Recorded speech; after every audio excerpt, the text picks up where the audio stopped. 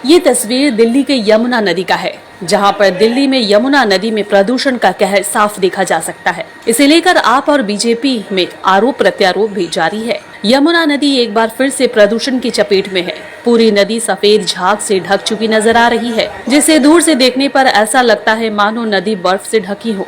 इस प्रदूषण को लेकर आम आदमी पार्टी और बीजेपी के बीच तीखा आरोप प्रत्यारोप शुरू हो चुका है।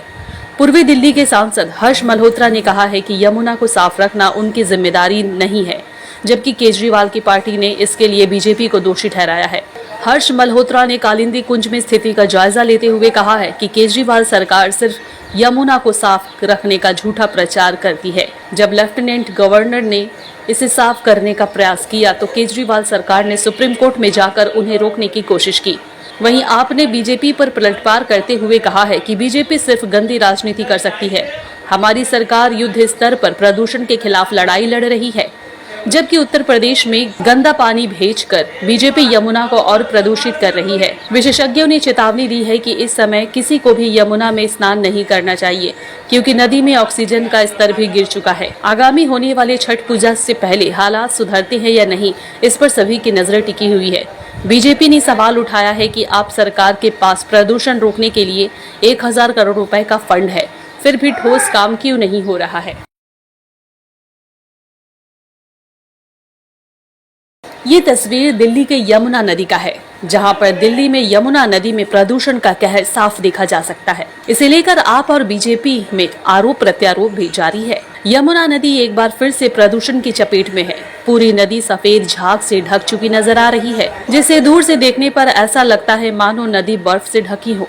इस प्रदूषण को लेकर आम आदमी पार्टी और बीजेपी के बीच तीखा आरोप प्रत्यारोप शुरू हो चुका है।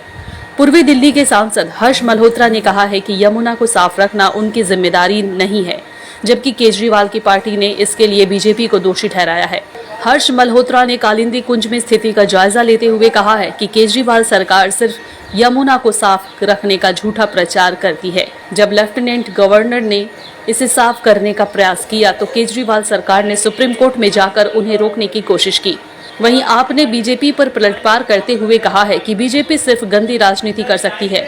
हमारी सरकार युद्ध स्तर पर प्रदूषण के खिलाफ लड़ाई लड़ रही है, जबकि उत्तर प्रदेश में गंदा पानी भेजकर बीजेपी यमुना को और प्रदूषित कर रही है। विशेषज्ञों ने चेतावनी दी है कि इस समय किसी को भी यमुना में स्नान नहीं करना चाहिए, क्योंकि नदी में ऑक्सीजन का स्तर भी गिर चुका है। आगामी होने वाले छठ पूजा से पहले हालात सुधरते हैं या नहीं, इस पर सभी की नजर टिकी हुई है।